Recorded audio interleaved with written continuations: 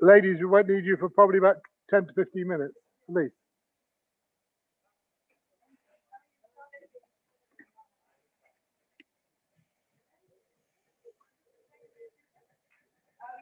Hello, and welcome to Oxford, welcome to Jericho, welcome to uh, uh, Mount Place, which is a new redesigned area of Jericho. I hope you can hear this. My name is Joelle Mann, and this is the 14th or 15th My Virtual Jericho. As you can see, things are happening in the background. This is a very expensively redeveloped community area. The council has just spent tens of thousands of pounds redeveloping it with new York stone, and they're sort of halfway through the job. And we're going to examine this afternoon whether they can get the rest of the way through the job, because we need to turn it back into a community space. Keep watching for about an hour. All sorts of interesting things are going to happen. First of all, though, let's go to the spiritual centre of Jericho and go to the vicar of the parish church, St Barnabas, the Reverend Christopher Wood. What does he think about it all? It's my great pleasure to talk a little bit about the Mount Place Square as part of the contribution of My Virtual Jericho. As vicar, I'm delighted that the square has been refurbished by the Oxford City Council, and that already there are signs of life there, and signs of people using the square as a means of recreation. Public places, public squares, are places of great importance for a community, especially safe public places. And to see Mount Place returned to a vibrant square where people can gather and relax in a safe environment is something that I would very much like to see. The public square, of course, wherever it is there for everyone to enjoy, and it needs to be used respectfully and with love and attention for people who live there, people who commute across the bridge, and as well as those who are passing through or relaxing by the canal. The provision of flowers and plants will add hugely to the shape of the square and to the feel of the square and to the atmosphere. And it's good to see bins already placed there, both recycling bins and general waste bins, and also Mute yourself, please. Pet mess bins as well. That's very important. And it's good to see the erection of signage to discourage antisocial behaviour and antisocial drinking. Having said all of that, the square is a public one, and one that everybody has a right to enjoy without feeling that they're encroaching on private property or encroaching on anybody's own patch. So it has to be a shared space for everybody, and as such, it's a great asset. So it's great to see that it was so well refurbished in the last few weeks. And the work that has gone into it is going to be hugely appreciated. What we need now is for a continued community element of care and stewardship of the public square, so that everybody can feel that they can enjoy it, especially in the summer months. So let's all pull together and make the Mount Place Square a place where everybody can gather safely and enjoyably over the next few months and into the future. Thank you very much, Father Christopher. As you can see, there are already people in the square enjoying themselves on a bright summer afternoon. One of the things about this square is it has been a junkie's paradise. It's been a junkies and a winos paradise for many, many years. People have been afraid to come here. People haven't brought their kids here because they don't want to do it. I was talking to a policewoman earlier on today, and she told me she once disturbed 13 drug users here, 3 drug users and drug dealers, all on her own. So the idea of revamping and rebirthing the square is to turn it into something that real people, ordinary people, can come and enjoy. Now, a lot of that's a function of the council, but quite a lot of it is also the function of the Thames Valley Police. Earlier yesterday, I spoke to Sergeant Andrew Poole, who is the SAR for the police in North Oxford and in Jericho. Now, because Thames Valley Police doesn't allow Zoom on their computers. You see them audio only. He will tell you what they plan for the next 7 or so minutes. So first of all, with everything, we need to build the evidence, to build a bigger picture.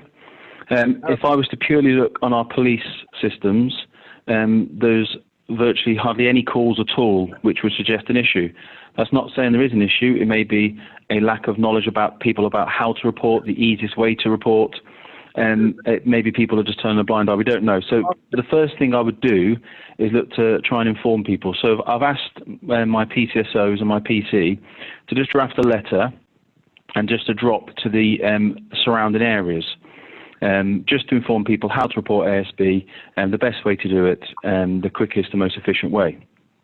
Once we've got a picture, what I need to know as the sergeant is the timings, the offenders, if possible, if there's a good description or even a picture that's available, and more specifically, the type of behaviour they're committing. Because if they're just sat there drinking, obviously that's not an offence. It's more the actual ASB that they are causing.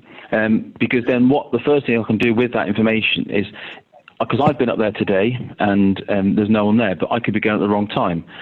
We work different shift patterns, so if I get an exact timing or more of a rough timing, I can target the patrols to specifically hit it at the right time. So we make the most of that opportunity. Once we've got the information, we'll then look to target the offenders. And when I mean target, we start off low level, engagement, encouraging them, just giving them enough information to make them aware that what they are doing could be committing an offence. So a very low-level approach. So what we'll do is we can either ask them to surrender the alcohol to us. They don't have to. We can ask them to move on. Again, they don't have to.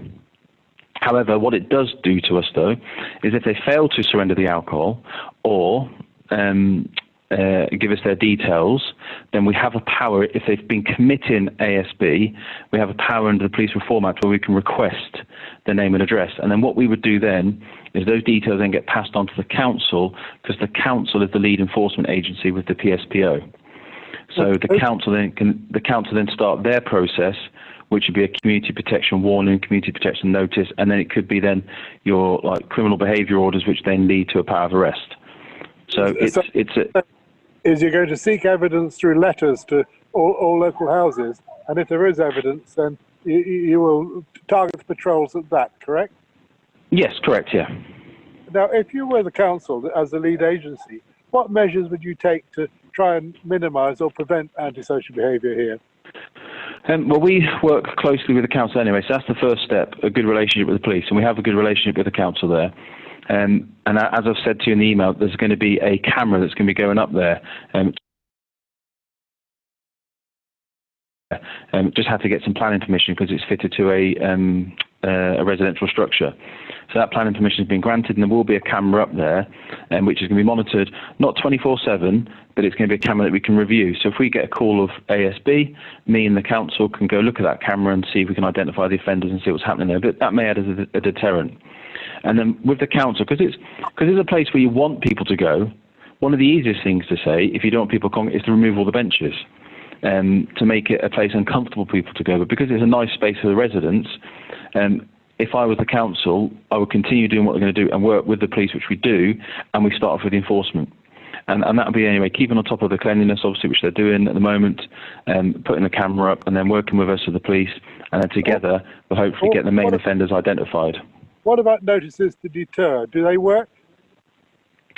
I would probably say with the hardcore element, no. For the people that might be trying it out for the first time, they might read it, and yes. But what will work to an effect to show that we are following it up? So to show that we are serious. So for us to go there and then start to take some enforcement action over time, that will then have a more of a deterrent than actually just the signage, I think, themselves. I'm looking around here, and all I can see is a rather pathetic plastic sign on a tree that tells me about antisocial behaviour. If I wanted to be a junkie here, there's nothing to tell me not to do it. No, and to be fair, I don't think that would work anyway with our there's some of the homeless and the street drinkers that we deal with anyway. That wouldn't deter them. What would deter them, though, is making an uncomfortable environment to be there. So police and council enforcement. I also have, on a side note as well, reference, because I have heard some information about drug dealing in and around there and just some of the close proximity streets.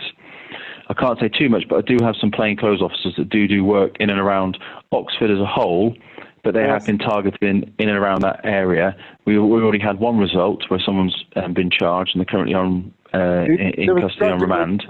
Yeah, and we still work in and around Jericho as well, because we've got some other information as well, which we're currently looking to. I can't obviously say too much, but we're looking to carry out some targeted work there as well. So there's the two-pronged approach, and you do have a dedicated PC and PCSO for Jericho as well.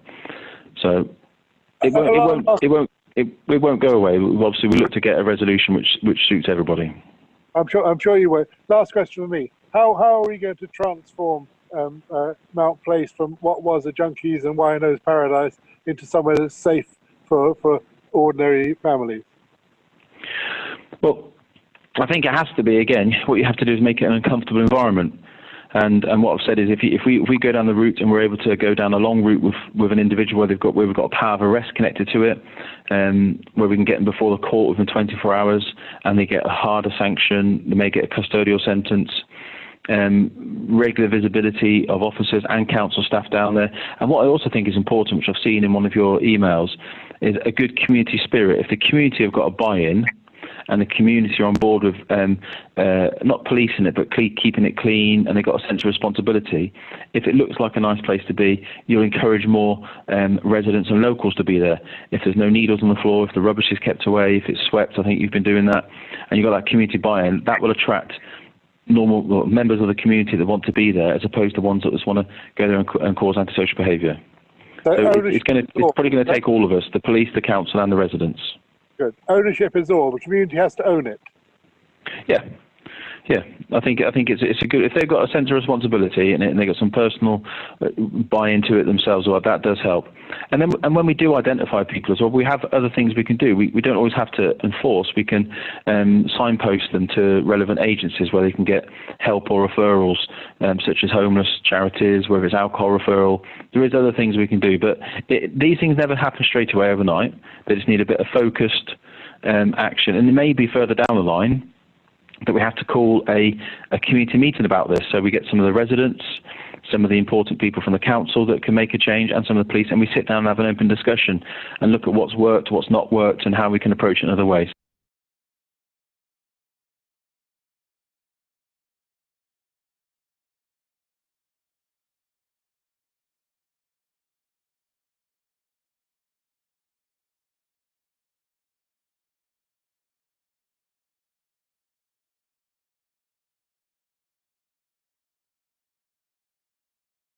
Start again, please, to take it off you. Sorry, I was muted.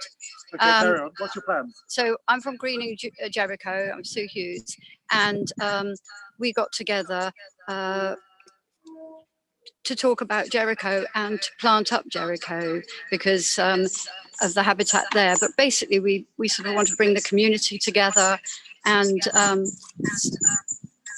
enjoy ourselves. And at the moment, this is centred on Mount Place.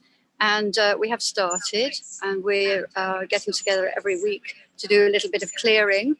And we're also meeting friends on a daily basis in the actual Mount Place to keep it to be here.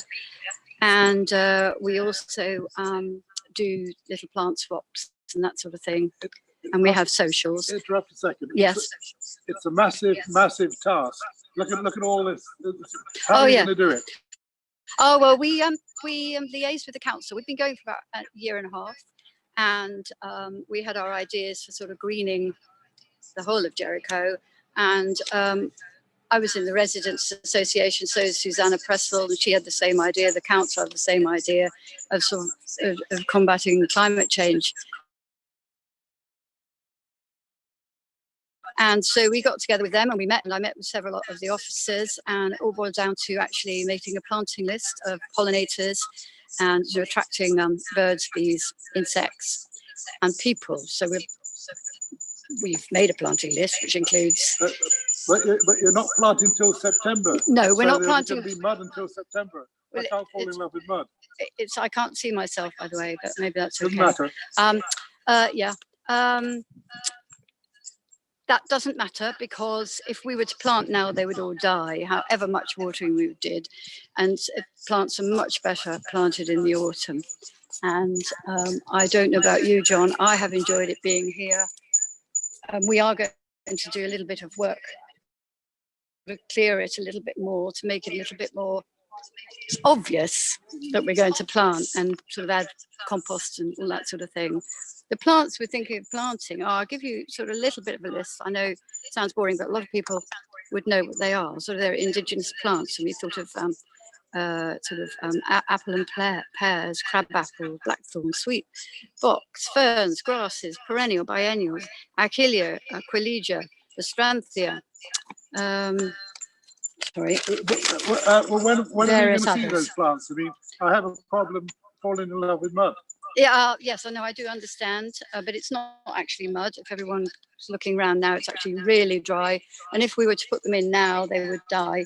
And if you're a gardener, which maybe you're not, John, I don't know. But if you are a gardener, you do need to prepare the ground. You need to feed it.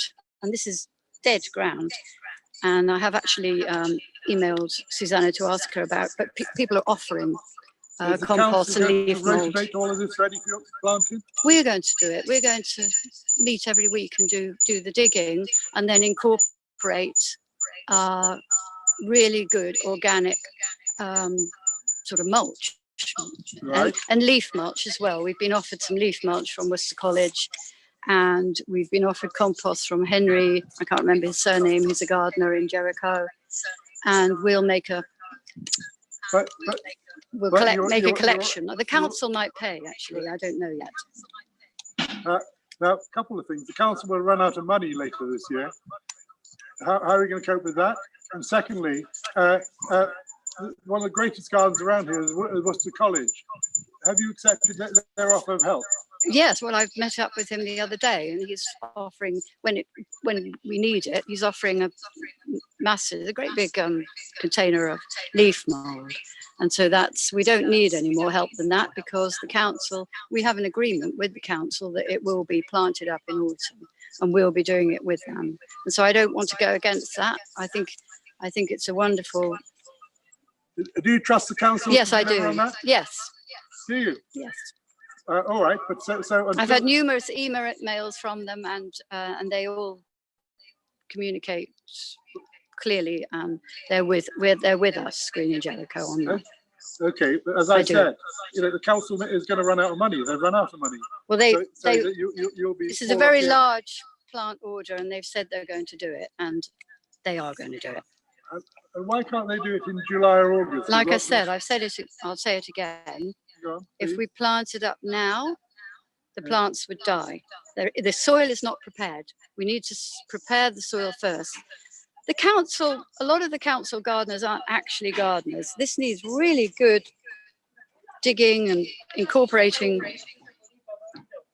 good organic compost and leaf mold and various good things before, it wants a really good start. You always start with the soil. I remember doing a RHS gardening qualification, and the first week we just concentrated on soil. You didn't, maybe the first few weeks, actually, the soil is the most important. And we're going to have climbers and more sort of a few little fruit trees, maybe in the middle, I don't know.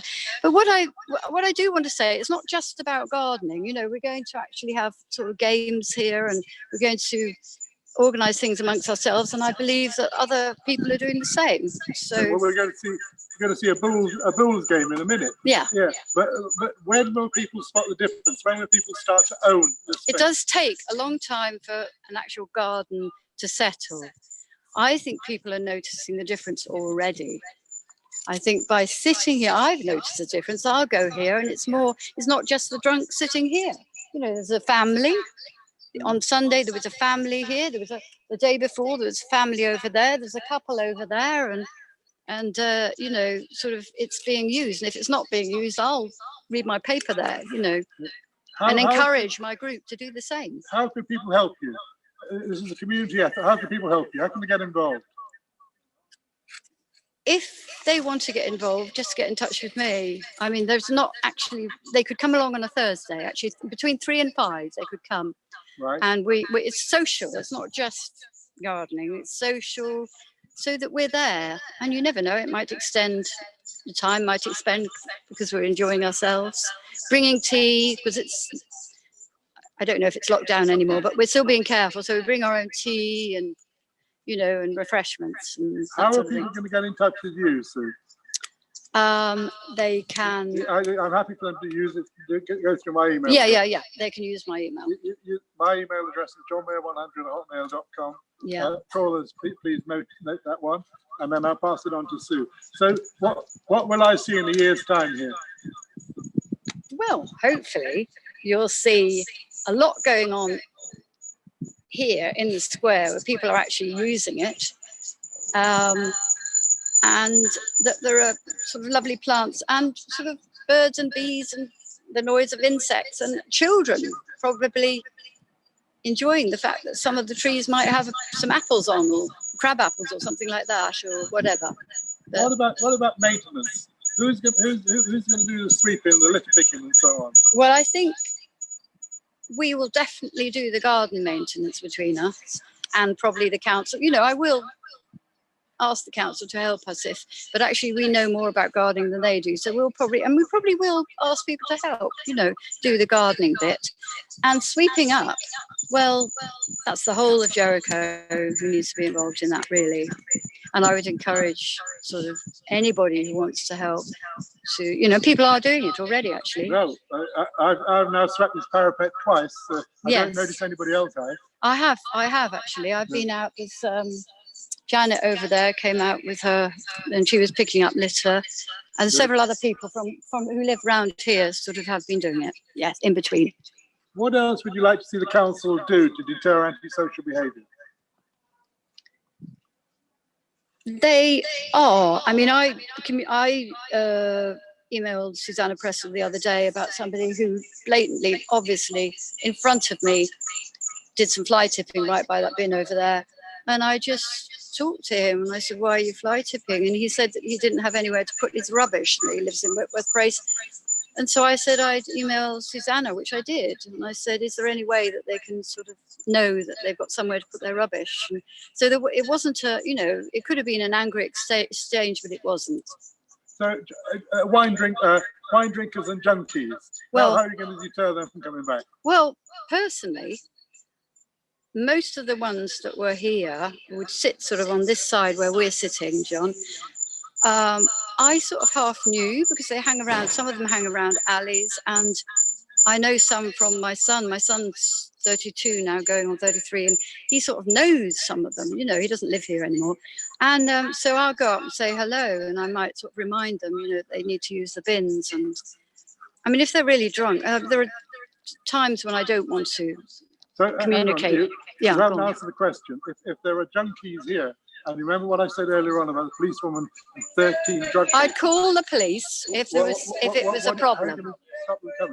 I would definitely call the police if it was a problem. Right. And have you not seen any problems? Not yet. Oh, yes. I mean, in the past, but not since it's been paved. No. Well, I come down here early evening and I see heavy drinkers every evening. Do you want to call the police or just some drinking? I call the police, don't you worry. And the PCSO was here earlier on. I appreciate it. But, you know, you have to find a way of deterring the antisocial behaviour, and it isn't there yet. Well, all right. Let's move on. Thank you very much, Sue. Thank Michael. you. Oops. We're coming to you next time. Okay, we'll come back to you. Joelle, standing under the your thing. Wait a minute. What's your dream? What do I do? Okay. You'll be on music. Right, you should be online. Okay, yes. Can you hear me? So what are your dreams? Well, I don't know about dreams. I'm a very practical person. So my intentions are that I will encourage my friends who live in Jericho and those who live nearby join me for a couple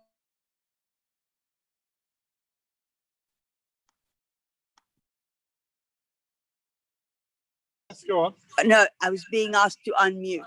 Another intention is to communicate with the Jericho Community Association, because although I am here in my personal capacity, I am a trustee of the Community Association. And the Community Association have put on their website that this place is going and encouraging people to come and use it. I've also been in touch. Stop you a minute. Then they're not here today. They've been invited 3 times. Well, that's their business. I am here. You're being very negative about it. Oh, yes, you have been. You have been. I am here in my personal capacity, but I can tell you that if you look up Jericho online, there is an item on it which talks about the greening of Mount Place and encouraging local residents to come and make use of the benches. Okay. And I also wanted to tell you something about the people who come and use this place to drink. Yes. I was here last week with a friend having coffee, and one of them who had been sitting over there came to us and said, you know, I come here often and I overheard some people on the bridge pointing out that the benches were not attached to the ground. They said, oh, good benches, they might fly.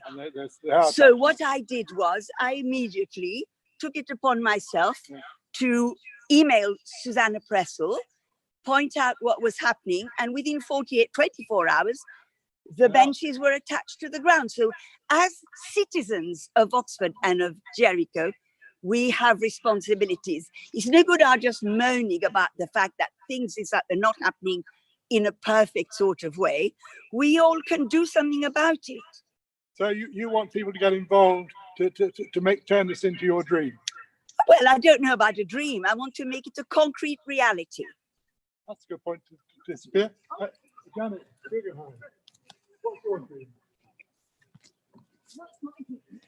Well, it's a different place for people to Oh, I just...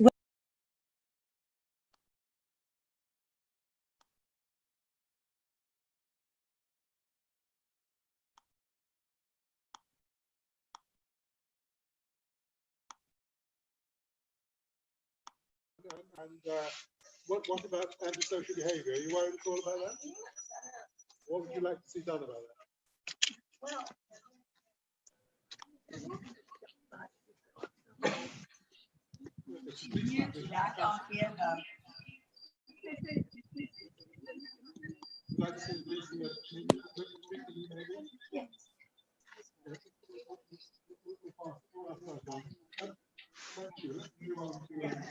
Michael,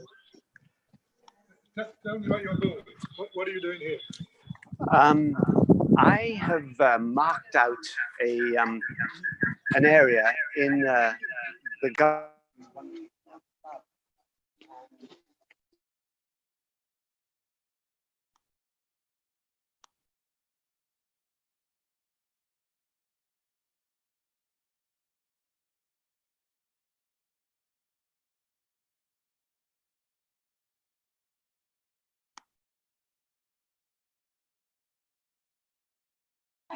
We can't hear you.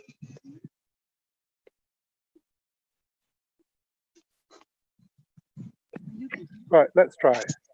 Can you hear Michael now? I'm Lawrence Fairweather. I'm representing the Oxford Liberal Democrats. Yes. The ladies who are standing in this area, they're both young mothers and they couldn't make it today, so they asked me to come along. Yeah. Sure. Okay, can you hear me now? Yeah. Okay. Yes. Okay.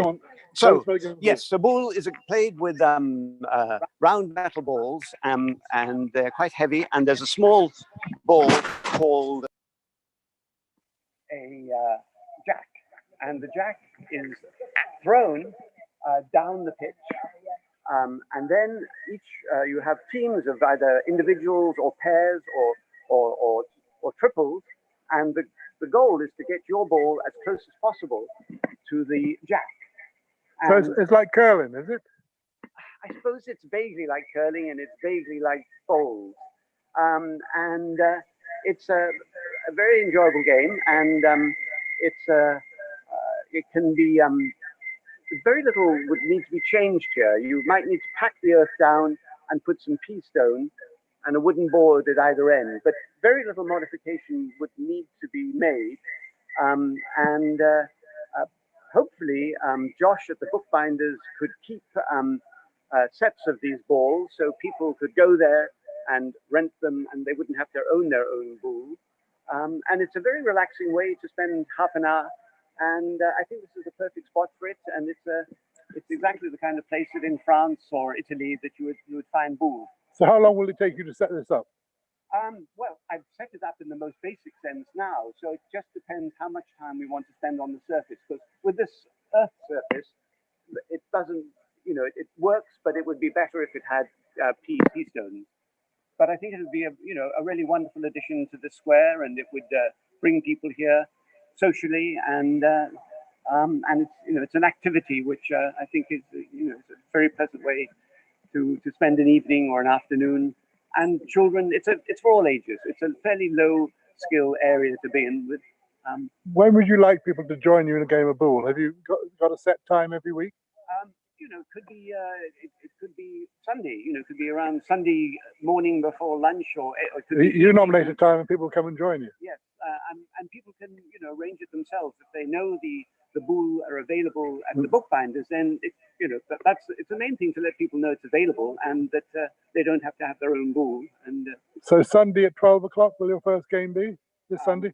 I don't know about this Sunday, but nominate another time, and people have to have a time and a date to come. Okay.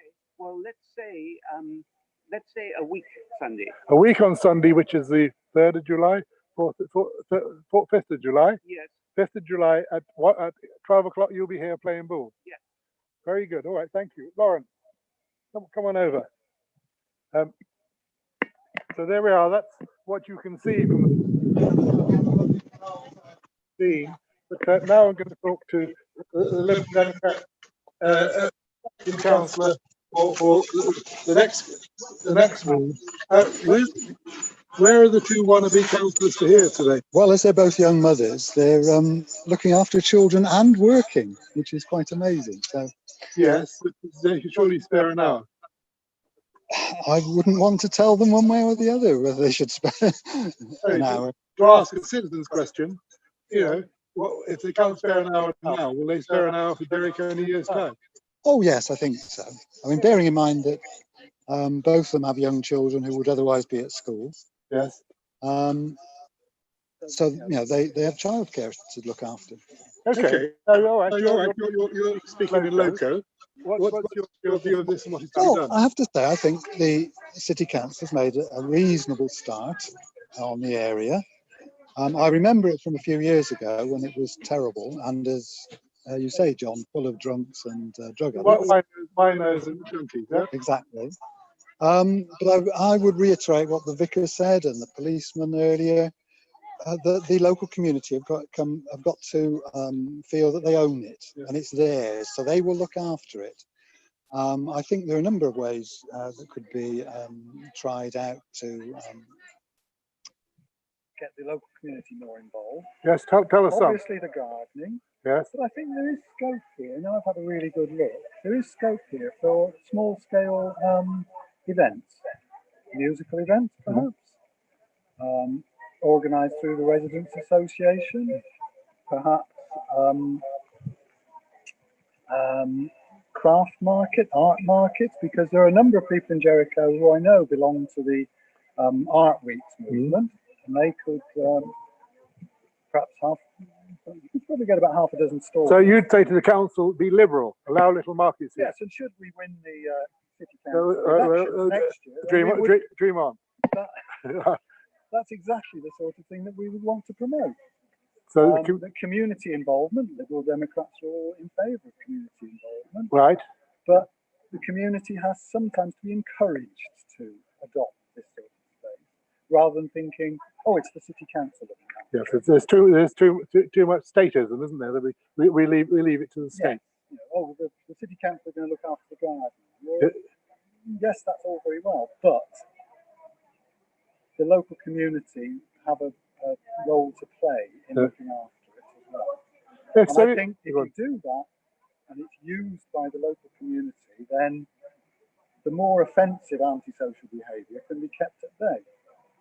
okay. Because if there's always people here, it won't get taken over by drug addicts and alcoholics. So it was, as the policeman would say, it's about ownership. It's about people feeling comfortable in He took ownership. the word straight out of my mouth. It's about the local community owning this space and thinking up imaginative ways to, perhaps through the Residents Association, of using the area in a way which attracts other people to come and use it. So, craft markets, art market, all sorts of things like that. If you were the dictator of Jericho, so what would you do? Assuming you're not a Democrat or Liberal. If I was the dictator of Jericho, wow. I think, as I said before, the council made a good start. I think there are elements of the design I could argue about. Right. And I would want to see what's called defensive planting. Which means things with prickles on them. Things with prickles, so people can't go behind people the don't go and tree. pee against the wall. Exactly, all that sort of thing. Yes. I think needs, but without seeing in detail what the council are planning. Yeah. If they, as you say, will have any money left.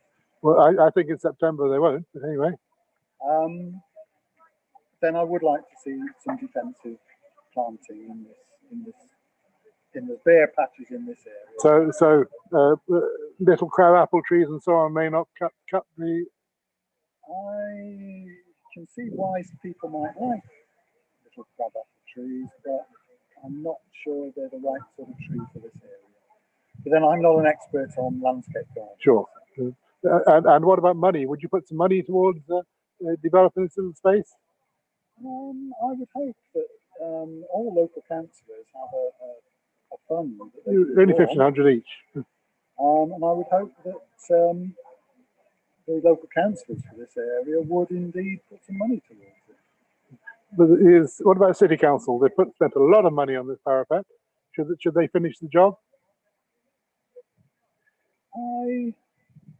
It's difficult to see what else the City Council could do apart from the planting. I think that has to be in conjunction with the volunteers in the neighbourhood, because again, that's a way of generating buy-in as a public space. Okay, now the City Council leader actually lives in this road. What's your message to her apart from you hope she loses the election? Well, of course, I hope she loses the election. But I'm looking forward to the contest next May. And but in terms of this space, what should Labour councillors do about this space? I think they should be doing a lot more to encourage, as the police said, leafleting the area, advising people on how to tackle antisocial behaviour. But the local council should be doing more to encourage the rest of the community to regard it as their space. So it shouldn't be down to cliques, it should be down to the community. Exactly. And how do you generate that? By working through the Residents Association. The Residents Association are not here today, they refused to come. They've been invited 3 times. Well, I don't know why that would be. Neither do I. Neither do I. That's because I'm not standing in this particular area. Sure. But certainly in other areas we have good relationships with the Residents Association. So weekly events, craft fairs, book fairs, musical events. I think those are all things which run through a Residents Association or run by other people in the community. I don't think it really matters, as long as things happen here to encourage the community to come along, look at the space and think, oh, this is nice, I'll come and have a picnic here in the summer, or come and sit here and read a book. Let's ask the Labour councillor for Jericho, Susanna Pressel. Susanna, you're here there remotely. Can you hear us? Hello, Susanna, can you hear us? Yes, I can, thank you. All right, what's your response to what you're offering is what's to be done? The sound is quite poor, but I think I caught your question. And I'm very interested in hearing people's views. So I've listened carefully and made notes. I do hope people will keep in touch with me and let me know about any ideas that they have or any complaints they have, or in fact compliments as well. By the way, Joelle and Michael and I are all here partly to represent the Jericho Community Association, so it's not fair to say that they're not represented. Okay. Now, my particular role as a councillor in this in the matter of Mount Place, I think, is to make sure that the City Council keeps the square clean and in good repair. I'll definitely make sure that they do the planting, and there's absolutely no danger of them running out of money later in the year in order to pay for the planting. So please stop trying to panic people, John. I've great faith in Greening Jericho, the gardening group, and they'll be supervising the planting, as you heard from Sue, so that's wonderful. And she said quite rightly that autumn is the best time to plant plants, but if there are any container-grown ones, it might be possible to plant them a bit earlier, and the main City Council officer is currently looking into that. On the question of benches and bins, I'm interested in hearing people's views, but it has been suggested that 4 benches might be too many. I'd like to know what other people think. And do you think there are currently enough bins? I'd like to know about that as well. I'm sorry about domestic rubbish dumping. And as Sue mentioned, we do know where most or all of it is coming from, and I'm on their trail. So I hope that'll be sorted out very soon, this week, I hope. What about antisocial behaviour and deterrence? Can I just carry on? Okay, for a while, yes.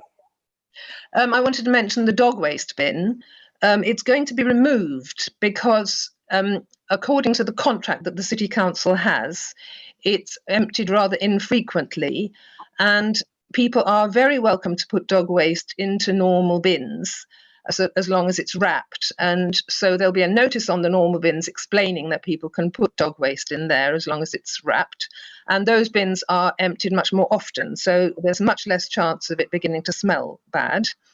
On the question of notices, I know, John, you want lots and lots of large angry notices, but you heard from Andy that they are considered to be ineffective, and also everybody I've heard from, apart from you, thinks that they would be ugly and would set the wrong tone in Mount Place. That's not what the police say, by the way.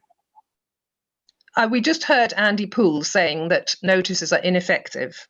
Hang on, he said ineffective with the hardcore. He said with people who are not the hardcore, they will notice them, like that one behind me there. Yes. It's not a pathetic excuse, but it's the aesthetics of it. I mean, how are you going to donkeys and winos? That's a crunch question. Well, I'll come on to that. I was about to come on to that in any case. It was good to hear from Andy, and I have great faith in his ability to do everything he can to reduce what he refers to as ASB. I hope everybody knows that stands for antisocial behaviour. There are also council officers in a department called the Antisocial Behaviour Department, and I've asked them to patrol more often if they can. And there used to be a neighbourhood watch scheme which covered Mount Street and one or two of the neighbouring people, and that seems to have stopped working at the moment, but I'll do my best to start it up in conjunction with the police, who are very helpful about that kind of thing. And as Andy said, it's really important, and as Sue said as well, to report any kind of antisocial behaviour you see. And if it's a crime in progress, please phone 999. If it's not a crime in progress and you get home and you think, oh, I think the police ought to know that I saw something undesirable there this afternoon, then you phone 101 and report whatever it is that you saw. Because if the police get lots of reports, they'll be able to build up a case to have more staff and more people. Just to interrupt you, I had a long conversation with the PCSO this morning, and she was tearing her hair out. She was literally tearing her hair out, saying, when is the council going to do anything? When are they going to get a move on? Where's the camera? Where's the signs? And this is a woman who patrols this every day. So what's the answer to that? Yes, I know Claire, and I'm in constant touch with her. So this is being dealt with, as Andy mentioned. Right, okay. So what's the timescale? When is it going to be safe to be here? A city council officer is coming on Friday to check that there's the right kind of electricity supply, and then the camera can be put up quite quickly after that, I hope. So that camera will be up next week. What about more bins, more signs? John, will you please not talk like that? It's rather irritating. I haven't said that it'll be up next week. Well, sorry, the police thought it'd be up next week. Surely you trust them, don't you? That's not what Andy Poole said. Was it not? No, I thought it was. All right. So CCTV. When is the council going to come and sweep here? When are they going to empty the bins? When are they going to empty the bin in Wellington Street? Hello. Yes, I'm still there, but I was waiting till I could get away from Edgeways. Has been overflowing for 3 days now. 3 days.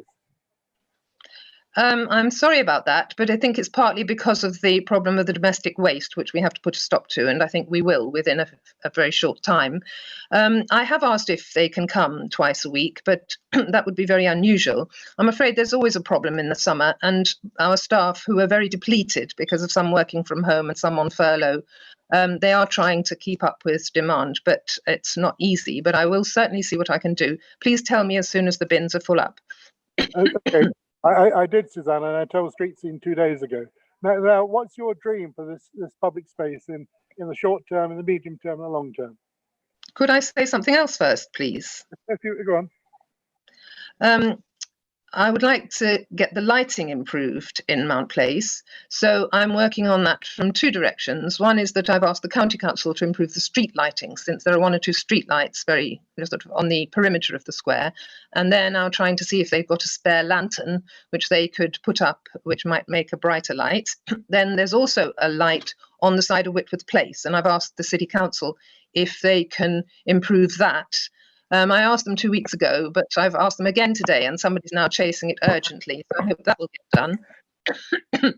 Now, almost the last thing I want to say is about the PSPO. That's a Public Spaces Protection Order, which covers the whole city, in fact. But they're putting up a notice about it. I think they have already in Mount Place. And that's what Andy explained about how they can ask people to stop drinking and ask them to hand over alcohol. And so that gives extra tools to the police and the City Council to try and stop people who are drinking in an undesirable way. It's not the case that all alcohol is banned, of course, because then we couldn't have our grand opening party. So we don't want it banned altogether, I think.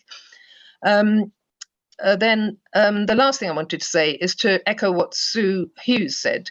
Do look at the Jericho online website, because that's got lots of information about what the Community Association is doing. I think that's all that I wanted to say. Thank you. Very good. So let's dream, please, for the short term, the medium term, and the long term. What are your dreams, and how are we going to achieve them? I'm going to listen to what residents want and try and make sure it happens. That's a very politician's answer, but what leadership are you going to provide in terms of making sure this happens in terms of a decent place?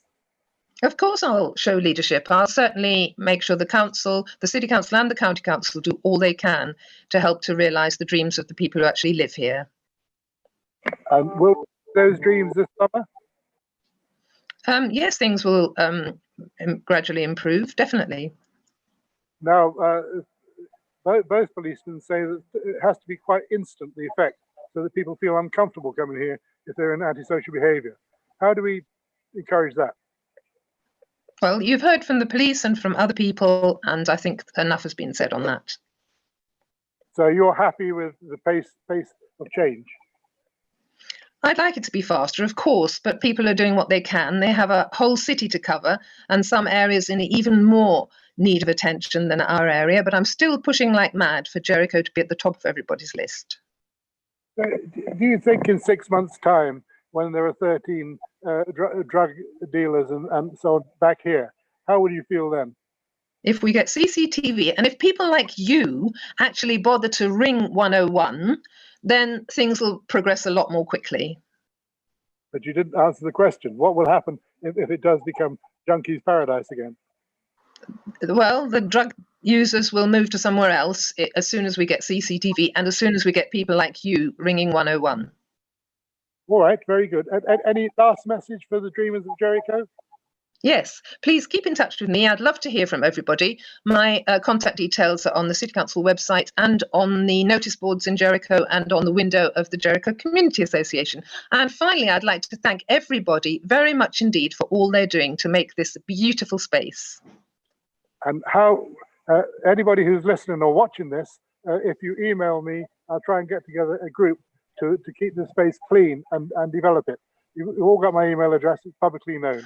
Okay, thank you, Susanna. Now, finally, just to say, Phil Barnes and I have now done 14 virtual Jerichos. We're probably going to take a break next week and offer you a COVID conversation, but we may not. We may actually have a guided tour of the Worcester Gardens by Simon Bagnall, who mysteriously disappeared from this event. So I've asked Simon if he'll give us a guided tour. People are not allowed in there. But thank you all, everybody, and please keep watching. And thank you very much. And let's have the slide, Phil. There we go.